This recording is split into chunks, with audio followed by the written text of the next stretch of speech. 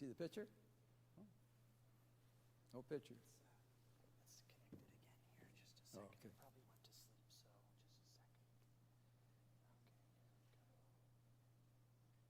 Okay, here we go. Sorry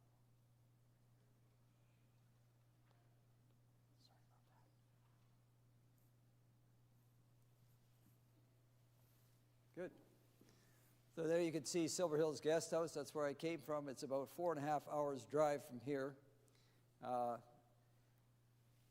That road you got in the back there is pretty exciting, isn't it?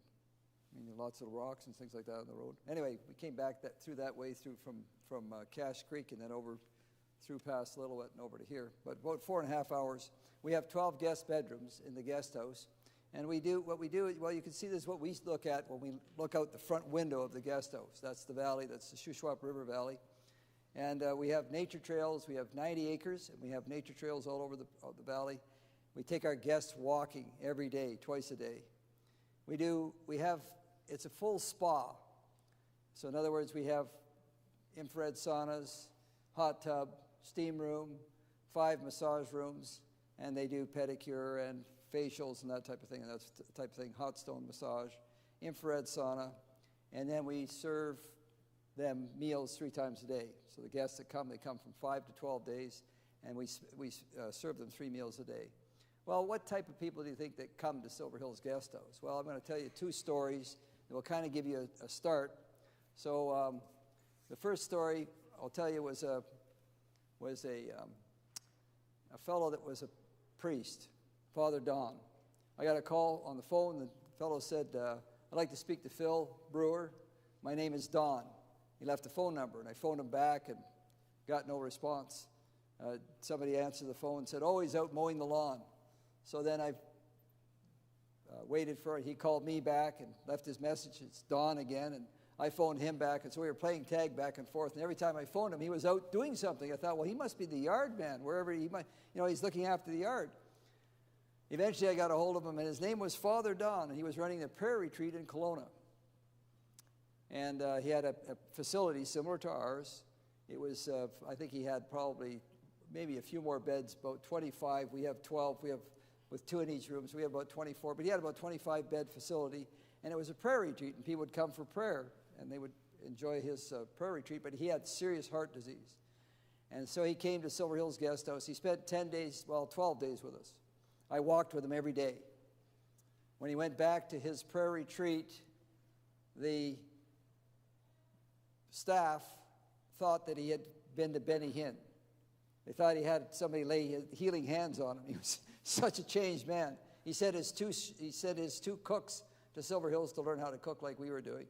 And they came and they spent 12 days with us and then went back to his prayer retreat. I had a fellow that I went and met. I was told to go and visit this pastor. He's the pastor of the United Church in Kelowna. And I met the fellow. He has 700 members in his church, and he has another 700 members that he broadcasts to. And I would talk to Albert. His name was Albert Baldeo. And Albert Baldeo was suffering. He told me when he would be presenting a funeral. When he was at the graveside, he would get so dizzy, he was afraid he was going to fall into the hole while he was doing the service. See? And so, that would be quite a catastrophe. Not only would it be hard to get him back out, but, the whole feeling would change immediately. If the fellow doing the service was to fall in the hole right during the funeral service at the graveside. And he said to me, and I want to ask you that question here this evening, because by the end of this weekend, hopefully you will know that you know something that other people don't know. And he said to me, can you help me? I want you to think, if you had met a man who was a pastor of 1,400 members, he was given the citation of the person of the year a number of years in a row in Kelowna. And the man was standing in front of me. He was in his 60s, and he said, can you help me? He's got high blood pressure. He's overweight. He's dizzy when he's standing up. And he says, can you help me? I said, come to Silver Hills. Let's see. Let's try it out. We put him on the Silver Hills program. And interestingly enough, he had to leave a day early because he had to give his Easter service. So he had to leave the day before that to get set up, because he had to get all the stuff set up for the Easter service. And he was standing there with all the guests crowded around him. He was quite a comedian. He was standing there, and he said, "Yeah, I want you guys to know what Silver Hills did for me." And everybody's standing around looking like that. And he reached into his shirt, and he pulled out a pillow, and his pants almost fell off when he was running out the door. You know, that's one thing it did for him. His wife was his associate pastor, and he sent his wife as a guest at the guest house. But that's not the one that really touched my heart. You know who they sent? They sent their son-in-law. And their son-in-law had type 1 diabetes. And I had an uncontrolled type 1 diabetic come to Silver Hills who looked like he was 80 when he was only 55. And I knew what happens when you don't look after, when you don't change your lifestyle, when you don't take care of your health. When you got type 1 diabetes, you're on the railroad to destruction. And so when that man sent his son to us, I was able to share with him that he really needed to take care of his lifestyle. He was type 1 diabetic, so he would have to be on a needle his whole life. But if he changed his lifestyle, he would use at least 30 or 40% less insulin, which would extend his lifestyle. Okay, well, this evening, I'm going to, what is a lifestyle center? You've got something in your hand. Everybody got one of these sheets? Have anybody got a pencil? Everybody got a pencil. Any way to write down? Have you anybody got anything to write with? Yes? No? Yeah, I got 1, 2. If you have some way to keep track of this, I want you to go through these with me. This study was done in California, 6,000 people in Alameda County. And what they did is they tested these people for longevity. They wanted to know who would be the longest living people in that community. And this is what they found out were the 7 characteristics they had in common. The 7 characteristics they had in common were these characteristics. And so I want you to look it over. And I want you to remember which ones of these that you do regularly. I'm not talking about you want to do. I want to tell you a story. They did a study on the nurses in the United States on their nutrition, 60,000 nurses. And they couldn't figure out how these nurses were eating so well and they were so sick. It didn't make sense. They kept questioning, how come they were eating pretty good. They were not eating that bad. They were eating pretty good food. But they had all kinds of high blood pressure, they had heart disease, they had all kinds of arthritis, they had all kinds of illnesses. Why was it, if they were eating so well, they weren't doing so good? You know why it was? Because they weren't eating so well. They just ticked the ones that they thought they should tick, not the ones they were actually doing. So what I want you to do is do the ones you're actually doing. Are you sleeping 7 to 8 hours a night? If you're not, tick that one. Are you eating between meals? No eating between meals. I mean, no eating between meals. I don't say, well, I'd like to not eat between meals, but I do. No, do you eat between meals or don't you? Yes or no? Okay, if you do, eating breakfast regularly. Well, I skip breakfast. I just have a snack in my room. I got some peanuts in my room. That's what I have. I just have a handful of peanuts. Are you eating breakfast regularly? Okay, yes or no? Are you maintaining your proper weight? Well, most of you look like you are here. Regular exercise. You can't help but have regular exercise. Just getting to the dorm is exercise, right? Okay, so moderate or no use of alcohol. I know that there's absolutely no problem with that here. We can tick that one up. No smoking. So you got those. All right. If you have had all 7 of those, you go right over to the end, and there's nobody that's 20, so we're going to use 20 as the example here, though.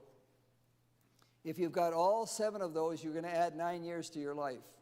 So you're actually only 11 years old, basically. Are you with me? Does that make sense? All right?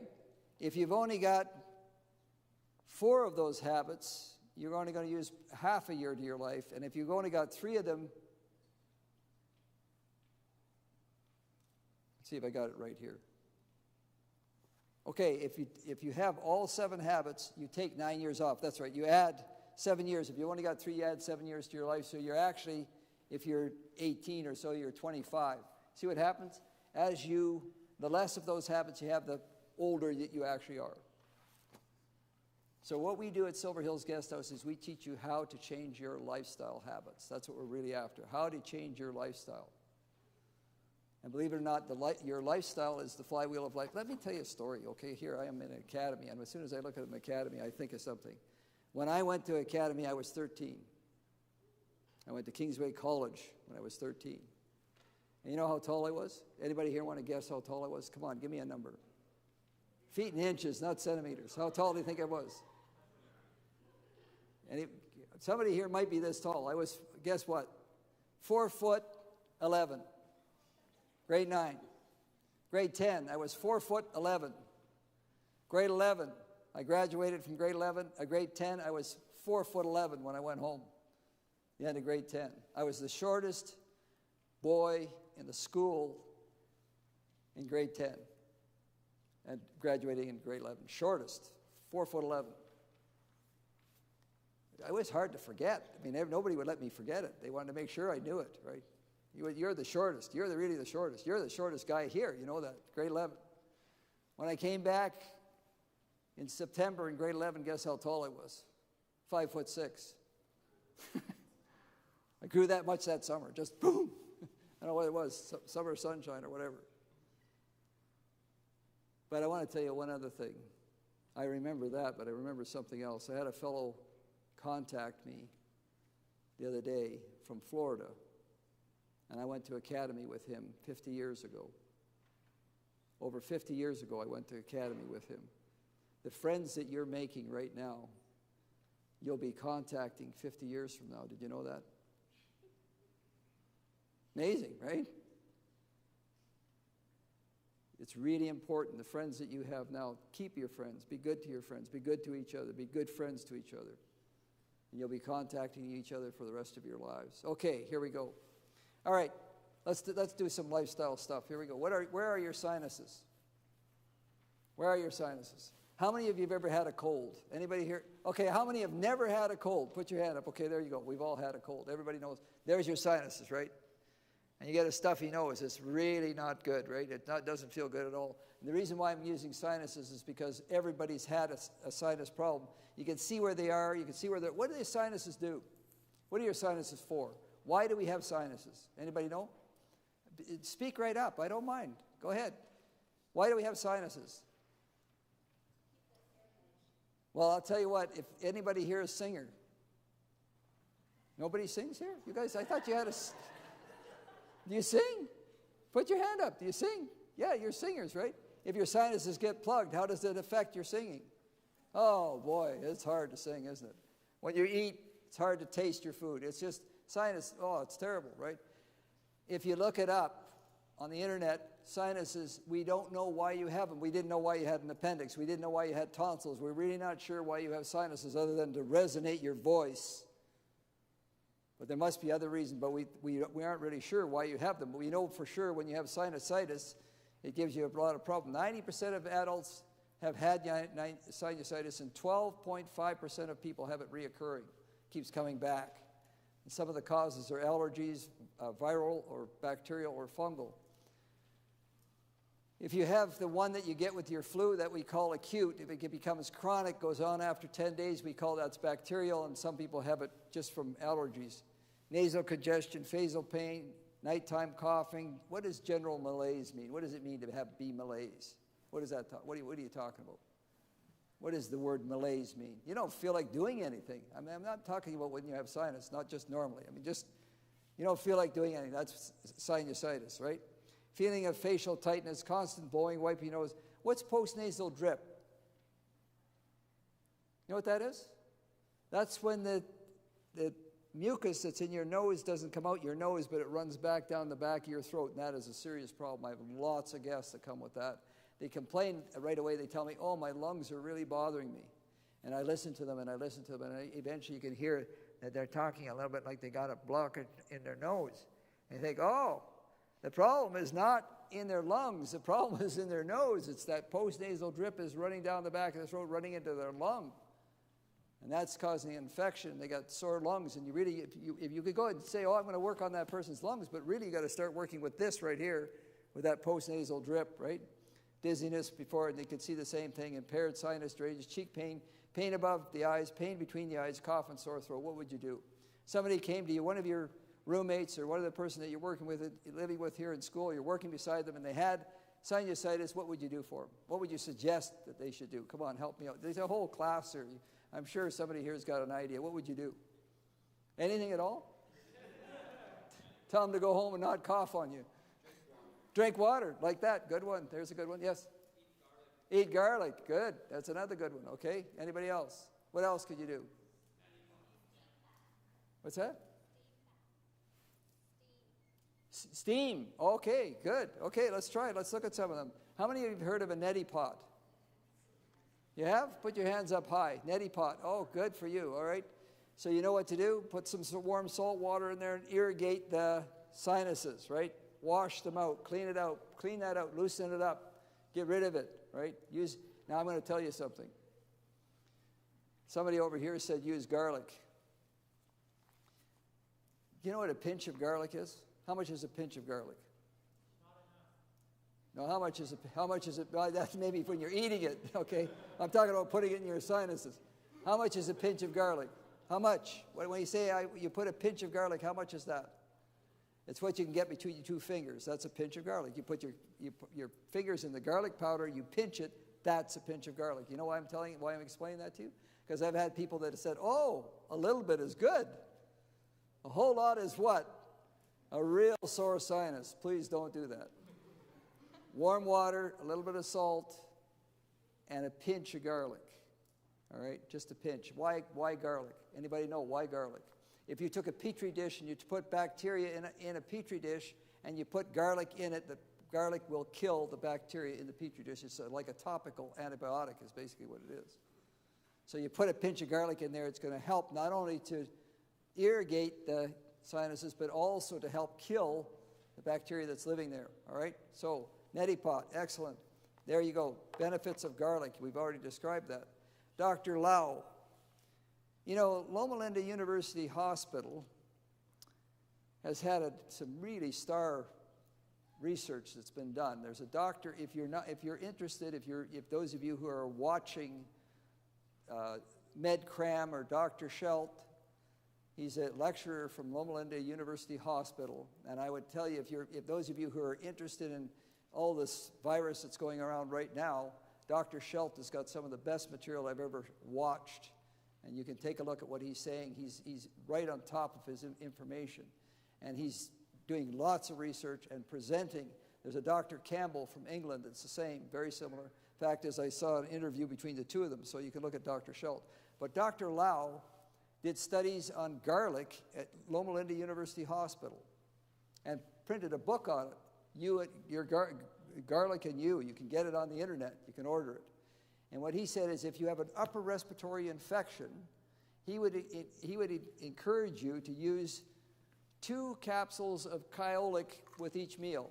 Okay, kyolic, you know what kyolic is? Anybody know what garlic? What the Japanese did is they took garlic and they aged it, just like you would do with sauerkraut when you're making cabbage. You know how you sour cabbage? Well, they soured garlic is what they did. And what it did is it got rid of the strong smell, but it's concentrated the allicin, which is actually the medicinal part of it. So it made it stronger with the allicin, which is what you want, but it got rid of the odor, which you don't want.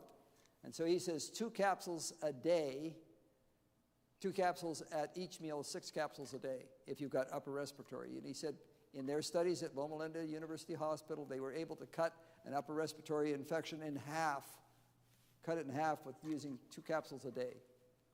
Okay, 2 capsules a meal, 6 capsules a day, okay, with kyolic. All right, I got a couple more. Here you go. A lot of times when you have a runny nose, you got a sore throat.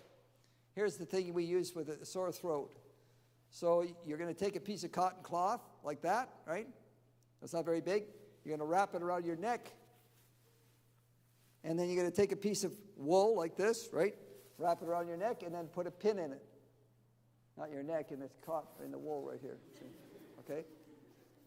That's called, you know what that's called? That's called a heating compress, all right? And that heating compress, this is cold and wet. And what's the cold and wet going to do? What's it going to make your neck do? What's going to happen? It's going to bring blood there to warm it up, right? It's going to bring the blood there, and it always brings too much blood there, and it's going to send it away. Then it's going to bring it back, and then it's going to send it away, and it's going to bring it back, and it's going to send it away. And the net effect is you're going to increase the circulation in a place where it's congested. When you've got a sore throat, you've got an upper respiratory infection. What you've got going on there is the blood has gotten in there, and it's stuck. It's congested is what it is. You got all this mucus and wet and moisture and everything, and things are swollen and stuck, and it's going to have to come out of there. And what you're going to do with this is you're going to bring it out of there by increasing the circulation back and forth, back and forth. You're going to help clear it out of there. Okay, that's a heating compress. Well, let's see. You don't have all that fancy gear, right? A lot of you don't have a fancy little piece of wool sewed like that. You got a sore throat or a runny nose. What are you going to do? You don't have that. What are you going to give up? I don't have that. I can't do that treatment. Well, you can, because you got one of these, right? Everybody's got one of them at home, right? Same thing, right? There you go. All you got to do is put a piece of cotton cloth around your throat and a wool sock. Make sure you wash it before you put it on, and away you go, right? You've got the thing at home. It's sometimes you have to improvise, but as long as you've got it, you can make it work. Now, the doctor from the States, Charles Thomas, great hydrotherapist. I learned at his feet. He was just, what a teacher. He told me, he says, now, if you have a runny nose, a sore throat, and you feel like you've got it, like it's coming, you're going to get it. You're going to get sick, right? I don't want to get sick. So I've had to lecture. One time I went up to Port Hardy, and I had the whole weekend to lecture. And I had a sore throat when I started. By the end of the lecture, I had a bleeding throat. Throat was bleeding. I got, the people had come, they invited friends. You don't want to just say, I can't do it. So a couple of years later, I flew over to the island, and I was going to lecture at Campbell River for 4 hours. I was going to lecture at Courtenay for 4 hours, Sabbath for 4 hours, Sunday for 4 hours, and then go home. When I landed in Campbell River, I had a sore throat. I thought, oh boy. Well, what Dr. Charles Thomas told me to do is take a T-shirt. This is a Max Flax T-shirt, by the way. Take a T-shirt. You see what I did? I ripped the arms off it, and I cut it short, so it just covers my chest. All right? Dip it in cold water, right? Dip it in cold water. Wring it out so it doesn't drip, right? Put it on. Feels horrible, absolutely awful. Cold, wet T-shirt. Put a tight-fitting sweater with long sleeves that goes right down to your waist. Don't cut it off, but see? Put that on. Over top, go to bed. You know what? I woke up in the morning, I was fine. I lectured for 4 hours in Campbell River, and I lectured for 4 hours in Courtenay. No sore throat. Isn't that something? Now that is something. Because if you know what you're going to have to lecture, you're going to have a test, or you want to, you don't want to be sick. And all it takes is this. It's called a heating compress. And he said it works. If it didn't work the first night, put it on the second night. And it's just cotton, dipped in cold water, wring it out so it doesn't rip, put that on, put the shirt on over top of it, and go to bed and sleep overnight. The first 10 minutes was not that comfortable. I kept thinking maybe I did the wrong thing. I've got a sore throat. I'm going to get pneumonia before this is over. But then it started to warm up, and it started feeling good, and then I went to sleep.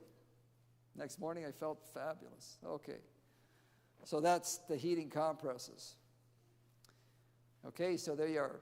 Oh, you can do it with your face. With the face, you can do heating compresses right out of a sink. If you've got some really hot water in a sink, you can stand over a sink and you can use a small hand towel like that, dip it in the hot water and have a couple of them there and just keep on putting hot compresses over those sinuses. That will help to get the circulation going, get the blood flowing, and help to clear those sinuses out as well. So those are the hot compresses. So the next one you've got to be careful with. Steam inhalation. How many of you have ever done steam inhalation? How do you do it? You put a pot on the stove, right? And you put a towel over your head, and you lean over the pot. And that works great. What does the steam do when it gets up into your nostrils? What does it do? the nice moisture, doesn't it help to loosen it up, makes it feel good? It also makes you sleepy. One of the things that when you're doing home remedies, you have to have some caution. I had a fellow that phoned me up, and he was taking a hot bath. He really took a really hot bath. He was feeling sick, and so he got into a tub, and he got it really, really hot. And then he stood up to get out of it, and when he stood up to get out of it, he had gotten so much blood in his legs and his back that when he stood up, there wasn't any blood to get up to his head. And he fell over, and he hit the spout on the tub and knocked it right off. That's how hard he hit his head. He knocked the spout off the tub. And I tell you that for this reason, because you can hurt yourself trying to help yourself if you're not careful. You know what I mean? Like you could be doing steam inhalation with a towel over a nice steaming pot of water and back up if the towel is laying over it and draw the pot onto your... You see what I'm saying? You can actually hurt yourself. Be careful. You want to help yourself, so be very cautious when you're doing some of these things. And steam inhalation is one of those things where you have to be cautious. It would be good if you're with somebody when they're doing it to help them. Are you with me? It would be good for you to be right there to help them and make sure they're okay, because it will make them feel a little lightheaded and they could cause trouble. Dr. Thrash and Uchi Pine's Institute, I asked her, what treatment would you like if you had only one treatment of all the home remedies that you had? What would be the one you would like the most? You know what she told me? The hot foot bath. That's the one she would use the most. Why would that be so important? A hot foot bath. I mean, why would that be so valuable? You come home, you're tired, you put your feet in hot water, oh, it feels good. But why would she say that's a treatment, like an actual treatment, a hot foot bath? Have you any idea? How many of you have heard of arthritis? Sinusitis, we just talked about that. What else? Colitis, diverticulitis. You heard of any of those? Those are all called itises. They're all what? Inflammations. Now listen, when some part of the body is inflamed, that means that there's blood that's there that's congested. And she said that the minute you put your feet in hot water, the place that gives up the blood first is the area where you're congested. Isn't that amazing? So you put your feet in hot water, what happens? The blood goes down there and they get all bright, and they're full of blood. And the place that gives up the blood the first is the place that's inflamed. So if a person's got colitis and you put their feet in hot water, if they got painful colitis, you're going to be able to help them. If they got sinusitis, if they've got bursitis, if you give me any itis, you can put their feet in hot water, and the place that's going to give up that congestion is that place, the blood is the place that's congested. And so that's why it's so valuable. This person's got sinusitis. You put their feet in hot water. Oh, let me tell you something. How many of you have cold feet? Put your hands up high. Those of you who have cold feet, just typically have cold feet. All right, let me tell you something. Don't ever walk around your house barefoot. Don't walk around in open-toe shoes. Don't walk around without your feet warm. The blood that should be in your feet, where do you think it is? Okay, how much blood do you have in your body? How many quarts of blood do you have? How many quarts of oil do you have in your car? Come on, guys. How many quarts of oil do you have in your car? 5. Well, you have 5 quarts of blood in your 5 quarts of blood in your body. Okay, 5 quarts.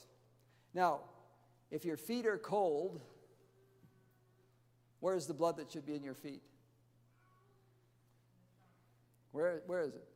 If you're a lady, it's either in your brain, your lungs, your uterus, or your bladder. You with me? That's where it is. If your feet are cold, it's in your brain, your lungs, your uterus, or your bladder, which means those areas one of those areas is congested. If it's in your brain where the congestion is, we call it what? Headache. If it's in your lungs, we call it upper respiratory infection. If we have it in the uterus, we have female health problems. If we have it in the bladder, we have reoccurring bladder infections. Are you with me? If we have cold feet, the blood goes somewhere else. And the problem with the cold feet isn't the fact that the feet are cold, it's the fact that the blood is somewhere else. And where it is congested, and that's the part where the problem is. So what I need to do is I need to get you to start, those of you who have chronically cold feet, is to get them warm. And believe it or not, it will change. You come home, you put them in hot water, and you leave them in hot water. The way I do it is I put this in the tub right beside the spout. I have the person put the chair right up against the tub, put their feet right in a 5-gallon pail and get them hot halfway up the calf and keep them that way for 30 minutes. And then they take them out of there because they can keep adding hot water. And then they take it out of there and they put it in the cold water in another bucket that's full of cold water for 30 seconds and take it off and dry them, put socks on immediately and go to bed or walk around the house. But don't let your feet get cold. If you get cold feet, you'll be constantly congesting somewhere else in your body. Are you with me? Something else will be getting congested. All right, here we go. So the hot foot bath. This is great for sinusitis. 30 minutes of hot water, 30 seconds of cold water. Why cold after the hot? Why would you do that? I mean, you just got them all hot. Why would you put them in cold water? Any idea? Okay, let's do the physiology. When you put your feet in hot water and they get full of blood, they're just bright, they're all colored up and they're just full of blood. And if you took them out and dried them off, what would happen? That blood would stay there, wouldn't it? And it would go away very slowly, and what it would do is it would actually chill your feet. Your feet would actually chill because they would come away very slowly. But if you dump them in cold water for 30 seconds, all those capillaries start going like this, ying, ying, ying, ying, pushing the blood back out of there and circulating. And lots of people will tell me, half an hour later, my feet are still going. I can still feel them. See? So you increase the circulation, not depress it. Hot alone. There's people that will lay under electric blankets, and they'll turn them on. You know what they're doing? They're warming their body, but their body's not warming the bed. The bed is being warmed for them. Are you with me? It's okay to warm the bed and then shut it off, but to sleep under it, your circulation will just get poorer and poorer and poorer. Are you with me? Make sense? You yourself have to warm the bed up and keep it warm, not depend on something else. Okay, here we go. Next one. Cold mitten friction. What is a cold mitten friction? So I've got congestion in my nose. I want to get the congestion away. Here's another way to do it. You take a warm bath. You make sure that the bathroom is warm itself. You're standing there after the bath, and your basin is filled with cold water. I'm using this as my basement. You take this out, and you wring it out of the cold water, and you rub one extremity with cold water. Rub it really good. That's cold and friction together, see? So what happened is, with the friction is going to bring the blood there, the cold's going to send it away. So it's like this, right? And I'm increasing the circulation there. Then I take it right away, and I dry that part. Okay? So I dry that off real good. Okay. Then I do the next part, and I do the same. And I dry it off real thoroughly. And then I do my leg, and I dry it off. And I do my other leg, and then I do my chest, and I do my stomach. Oh, I hate doing my stomach. Then I do my stomach. Cold. Ooh, it feels awful. And then your back, as best you can. Okay, so I had a lady that came to our place. She had the flu for 4 months. 4 months. So I said to her, what I would like you to do is the cold mitten friction. So I said, the next day, I asked her, I said, how did it go with the cold mitten? Oh, she said, I did a hot and cold shower. Is a hot and cold shower a cold mitten friction? Not even close, is it? A hot and cold shower is a good thing, but that's not what a cold mitten friction, because I did one part, and then I dried it thoroughly, right? And then I did another part, and I dried it thoroughly. Okay, so the next day I said to her, how did it go with the cold? Well, she says, well, I took a hot shower, and then I turned it on cold, and I did one part at a time with the cold water. Is that a cold mitten friction? No, it's not, because what you're doing is you're standing there. When you rub this part and you let it stand there, it's evaporating and chilling. While you're doing this part, it's not dried thoroughly. So I want you to do each part thoroughly. It really makes a difference how it works. She finally got rid of the flu, by the way. She did the cold mitten friction day after day, and her circulation increased, and it really helped. You know that you increase your white blood cell count by 10% by doing the cold mitten friction. Just that activity increases your white blood cell count and helps you have that ability to fight the flu. You could do that in your dorm room, don't you think? Face cloth, towel, cold water. You could do that right in your dorm room. When the flu is going around, people are getting sore throats or colds, you could do that to help to resist it yourself. Okay, cold mitten friction. Oh, let's see, socks. We're going to stop here pretty quick and start another topic. Okay, so Your feet are as far away from your sinus as you can get. You want to increase your feet, the circulation in your feet, but you don't want to do a hot foot bath. You don't have time. You're too tired. You want to go to bed. So you take a pair of cotton socks. You put them in cold water. Wring them out so they don't drip. Put the sock on. Put a wool sock over top of it and go to bed. Same thing as putting it around your neck or on your chest. Same thing, but you're doing it on your feet. And you're going to increase the circulation in your feet overnight. And it's going to draw the congestion away from your sinuses. Are you with me? So a cold cotton sock, nice warm wool sock over top. When you first do it, you're going to feel like, ooh, that feels like a wet, cold sock on my foot. And before you know it, it's going to warm up, it's going to feel good, and the circulation is going to come, and it's going to reduce the Okay, so these are all remedies. But when we go to a lifestyle center, we're not just teaching remedies, right? We're not just after teaching you remedies. That's what, if you said, well, I want to go work at a lifestyle. I want to learn how to work at a lifestyle center. And the first thing you think, well, I gotta get some remedies. I gotta get a whole list of remedies. What do you do for a backache? What do you do for a sore throat? What do you do for somebody that's got a headache? What do you do for how would you treat a person with a migraine headache? Well, those are all good questions, but at a lifestyle center, that's not just what we're doing. We're also doing the next thing. This is the next thing. We start talking to them about their lifestyle. You see, the amount of sugar that we've started consuming has gone up. And you can see that the figures here in 1822, we were just getting 2 teaspoons per person, per day. By the year 2000, 20 years ago, we were up to 46 teaspoons of sugar per day. That's what this looks like, by the way, right here. That's 46 teaspoons of sugar right there. That's how much we were eating per person, every man, woman. I've had people tell me, no way, there's no way, absolutely no way.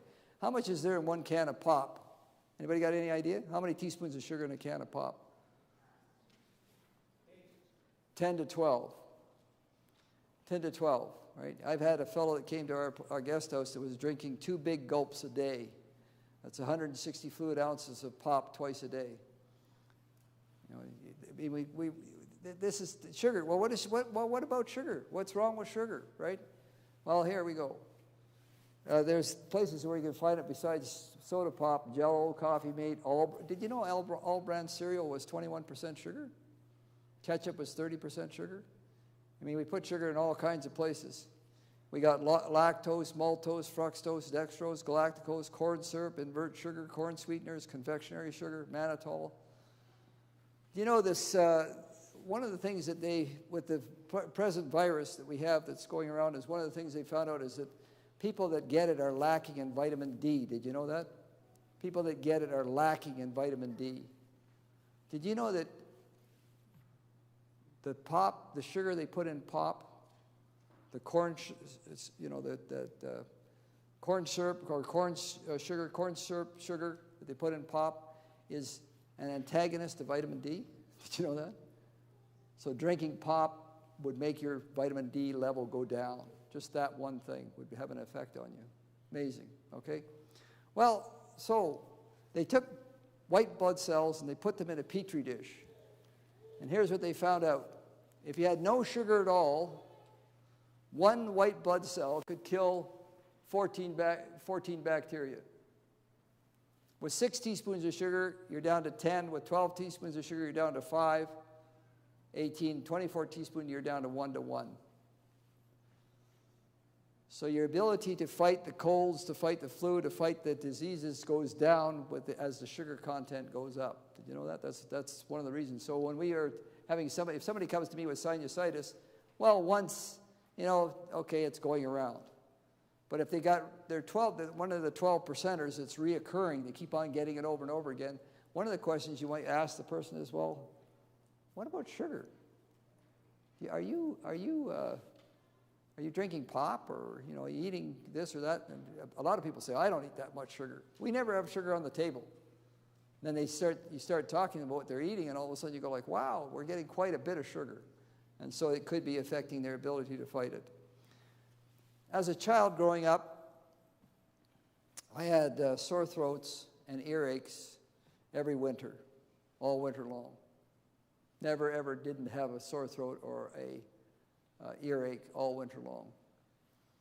And it continued until I was in my 20s, and then I came across the idea of going on a vegan diet, getting rid of the dairy, and I never had another sore throat or earache after that, or never had a reoccurring one in the winter anyway.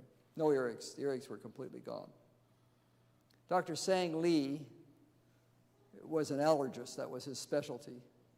And he had all kinds of people come in with all kinds of allergies. They had allergies to almost anything. They had cat hair, dander, grass, everything that you can imagine. They had allergies to it. First thing he did is take them off milk. The reason is because the milk would thicken the mucous membranes, and the pollen particles or dust particles or whatever it is that were causing the irritation would stick to it more easily and trigger the allergy. So he said the first thing he did, didn't matter what the allergy was, the first thing he did is just take them off all milk. And he said it would reduce it. I've had many, many ladies who came to me, their little boys had tubes in their ears because their ears were constantly infected and had earaches. And it got them off their milk, and you know what? They took the tubes right out of their ears. So it's one of those things, for especially those people that are susceptible, it could be a good thing, okay? All right, so there's 4 ways that your body has of getting rid of poison. What are they? What are the 4 ways your body has to get rid of poison? Help me out, class. We've got to go home pretty soon. What are the 4 ways you have to get rid of poison? Number 1. Sweat. Skin. Good. Okay, what's another one? Lungs. Okay, lungs. Good. Okay, another way. Kidneys, right? Through urine. Let's get rid of poison. Bowels. The 4 ways to get rid of poison, right? These are your 4 eliminary organs: your lungs, your skin, your kidneys, and your bowels. Isn't that right? That's the 4 ways you have to get rid of poison. What does the body use at every one of those doorways as a way to get rid of the poison? What's the vehicle? What's the thing that helps it out of the body? What is it? Water. Good. Okay, so one of the lungs' vital functions is to transport carbon dioxide from the air sacs to the bronchial passages from which it is exhaled, and oxygen from outside the body into the air sacs. This can be done only by dissolving these gases in a liquid medium. The solvent that does this is water. Every time you breathe out moisture. How many have driven in a vehicle when it's cold and you're breathing and the glass is fogging up, and the person beside you says, "Stop breathing, I can't see where I'm going," right? Breathing out, every time you breathe out moisture, every breath. I gave this class that I'm giving to you right now to a high school in Vernon. And a fellow was sitting in the front row right in front of me. And he was sitting here listening to this lecture. And you know what he said? He said out loud, not to me, but out loud to himself, "I don't drink any water." Your body is 70% water. And he just said, "I don't drink any water." Amazing. When you think of it, 70% water. If you imagine you got 5 quarts of oil in your car, you keep on changing it all the time. But this guy doesn't drink any water. His body is 70% water. Okay, here we go. How about your skin? If I skinned a person, how much skin would I have? I took a person's skin, took it all off them, laid it out on the ground. How many square feet of skin would I have? How many? It tells you there, doesn't it? What does it say? 19.6 square feet of skin. Laid it down. Well, some more, some less. I mean, there's some people taller, some people smaller, but basically 19.6 square feet of skin. If I took the skin, though, and I included the respiratory ducts, if I went down the duct and measured down the next one, down the next one, down the next one, and I included that because they're actually the skin itself, I'd have what? How many thousand square feet? 11,000 square feet of skin. Isn't that amazing? When somebody says the skin is the largest organ of the body, they're right. It is. It's the biggest organ of the body. And what happens when you get hot, what happens to it? It starts to do what? Sweat. And that sweat is actually carrying out poison. There's a doctor. She wrote a book called Detoxify or Die. Detoxify or Die. And what she basically said is how many of you have heard of the infrared sauna? Anybody heard of the infrared? How many have been in an infrared sauna? Have you ever been in one? Oh, great. Well, she said that what happens is when our body has poisons in it, chemicals in it, it can't get rid of. You know where it stores it? In the fatty layer right underneath the skin. That's where it puts it, right underneath the skin. And when you get in an infrared sauna, what it does is it helps the body facilitate what's under the skin to come right out through the pores, and it doesn't stir it up You get into a Finnish sauna or a hot sauna, it stirs it right up, but if you just get in an infrared sauna, it helps to draw it right out through the skin. It comes right out through the pores. Right underneath your skin, all right? What about the bowels? If your bowels don't work right, what happens? Oh no, here we go. This is horrible, talking about this in front of all our friends. What happens if your bowels don't work right? What do we call it? Holler it out. Be anonymous. I don't care what happens. If your bowels stop working, what do we call it? Constipation. Thank you. It came from the boys section, girls. They know. If your bowels don't work right, we call it constipation, right? But that's not it. If your bowels don't work right, that's diarrhea. If your bowels are constipated, they're working right. They're doing the right job. Because the job of the bowel is to reabsorb water, right? That's what the job of. Can you imagine you produce 1.5 gallons of digestive fluid every day? Can you imagine if you passed that off, you'd have to be drinking at the fountain all day long. You never get away from the fountain. Your body has to reabsorb that water. So you have 1.5 gallons of digestive fluid, and so it has to be reabsorbed. So you're reabsorbing that water. The problem is if you're not drinking enough water, you're reabsorbing so water that the stool is dry and hard and constipating and you can't move, right? So what you want to do is you want to just avoid that condition.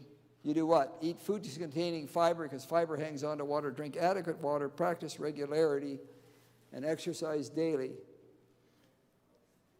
I want to talk to you about practicing regularity.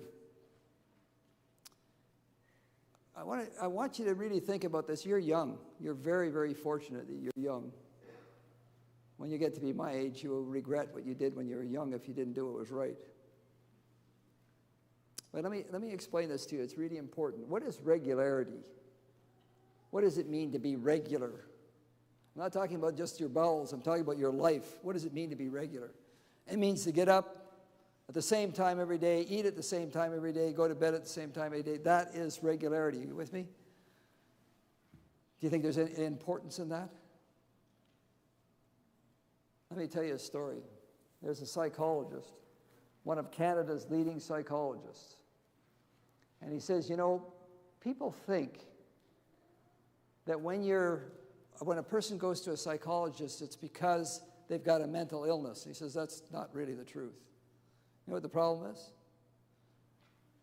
Some people have lost their brother, their sister, their job, and their house burned down.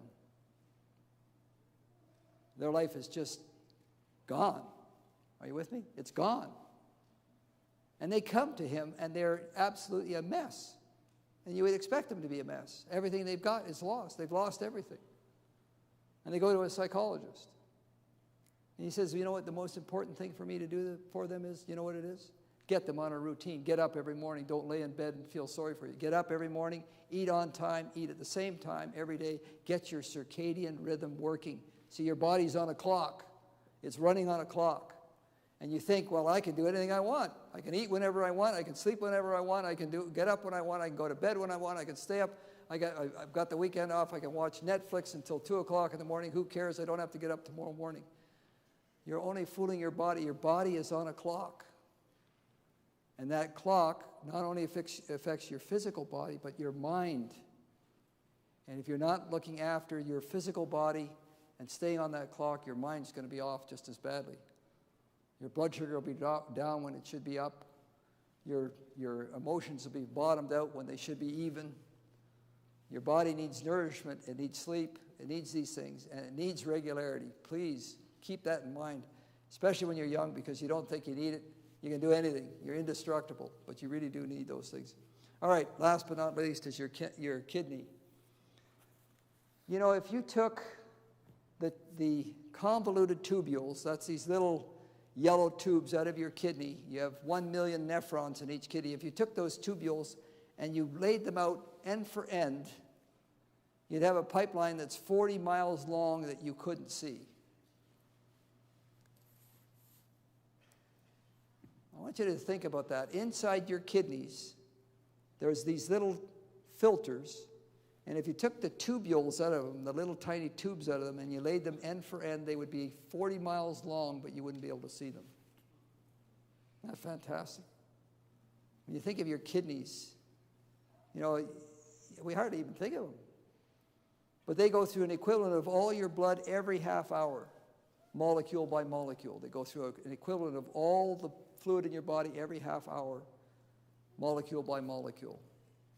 And the way they do it is simple. The red blood cell comes to the top, the liquid portion goes out into the tubule, and then the dry portion of the blood goes back and forth over top of it, and through a process called osmosis draws back exactly what it needs to run your body on. It's just drawing it right back in because it's called osmosis. It draws it in, right? It's all the red blood cells and all the large proteins and everything that are still in the blood, and it's drawing back the water it needs. And it will actually, Dr. Shyrock says, it will actually draw urea through the tubule wall. If you haven't been drinking enough water, it will draw urea and run your body on urea. You will be able to take the urine back into the blood and run your body on that because you haven't been drinking enough water. Isn't that amazing? You don't want to do that. You want to drink enough water. How would you do that? Well, here, let's go. Here we go. So the lungs need a cup a day. The skin needs 2 cups.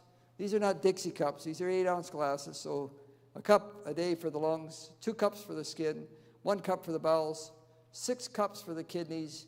We need 10 cups of water a day. We get 5 from our food, so we need to be drinking a minimum of 5 glasses of water a day. Remember what that young fellow told me? How much water did he drink? None. 0. We need about, you know what I try to get my guests to do? I try to get them to drink 2 glasses of water every morning before breakfast. In fact, here's the deal I make with them. I want you to do it every day for the next 10 days. Drink 2 glasses of water before breakfast every day for the next 10 days. I'll make you a guarantee. If you're not doing it now, and you're faithful, and you drink 2 glasses of water every morning before breakfast for the next 10 days, you will never stop doing it for the rest of your life. It will transform you.